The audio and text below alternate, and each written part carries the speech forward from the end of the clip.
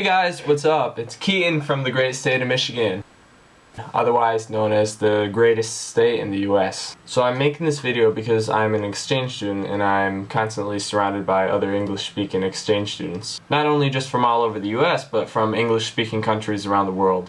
So the topic of different English accents tends to come up a lot. I never even really noticed that there was a Michigan accent until a couple of summers ago. I have a cottage on Lake Michigan, and every year I have a friend from New York City who comes and rents a cottage for a couple weeks. So we were walking on the pier, and she asked me if I thought that she had an accent. So I said, well, yeah, I guess you sort of have an accent. I mean, you sound somewhat different than most people I know here. So I said, do you think I have an accent? She goes, oh yeah. My friend Hannah was staying with me at the time, and I said, well, how would you say that people in New York City talk different than me and Hannah? And she goes, well, first of all, you just called her Hannah. So that's the first thing to know about the Michigan accent is our nasally A's. In Michigan, we don't have accents, we have accents. If you want an apple, you better ask for an apple. Hold on a minute, I have to go to the bathroom.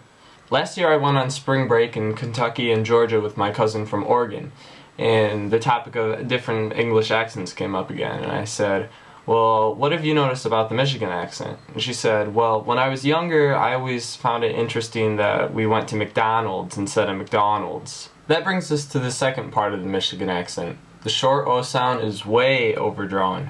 One of the first conversations I remember having about different English accents when I got here started because I was talking about how I was Skyping with my mom.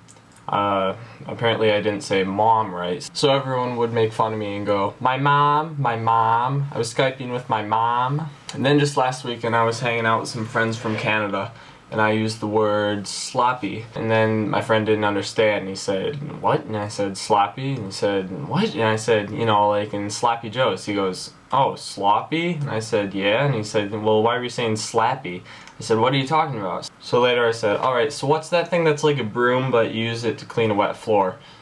And my friend said, a mop? I said, you mean a mop? He said, a map? I said, no. So apparently other English speakers say mop and map. Well, in Michigan we say mop and map, and other English speakers can barely tell the difference. So after discovering the Michigan accent, I got curious and decided to look up more about it online.